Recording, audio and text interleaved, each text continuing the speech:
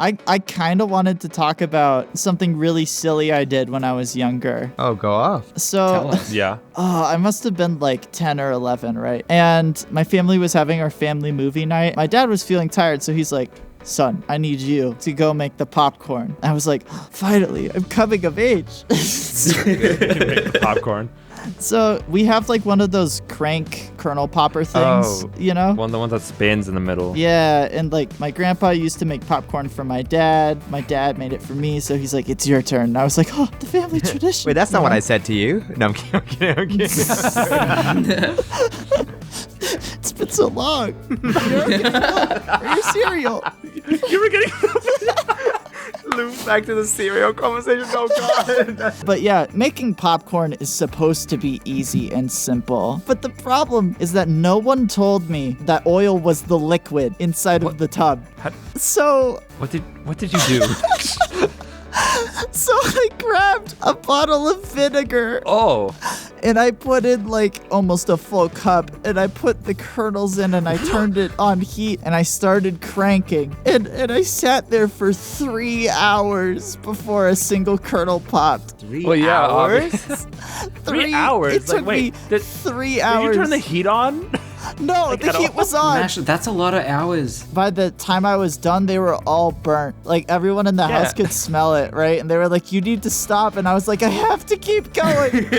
I have to see this through. Mash, the house is on fire. I need to see you going. Yeah. And you keep going. Mash, the fire department's here. No. No, it needs to pop. Why did you put vinegar at the start? Did you think it was oil? Okay, or? I was young. I knew that the liquid was some sort of like yellowish color, right? And it was like a certain consistency. What kind of vinegar do you have? I was like, oh, vinegar matches those descriptions. Yellow? The one that I had, like cider vinegar, is yellow. I'm almost glad you used vinegar and not something else. That's not a food product, Sultan. It was awful. And now I know how to make popcorn good. And my family will never forgive me. And I haven't spoken to them in 5 years. So. Oh, well. Since the popcorn incident? That's why I left, Mash. That's why I left. That's why Maz left, yeah.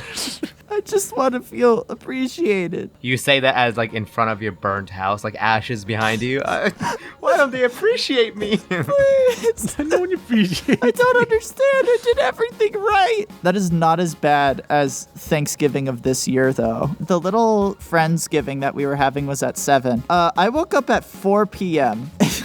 that day. I had one job, right? Mac and cheese. Literally the easiest possible thing to make ever. But I decided it was going to be complicated and that I was going to make the cheese sauce from scratch. I went to the fridge, right? And I opened it and there is no milk in the fridge. What did you use? I didn't.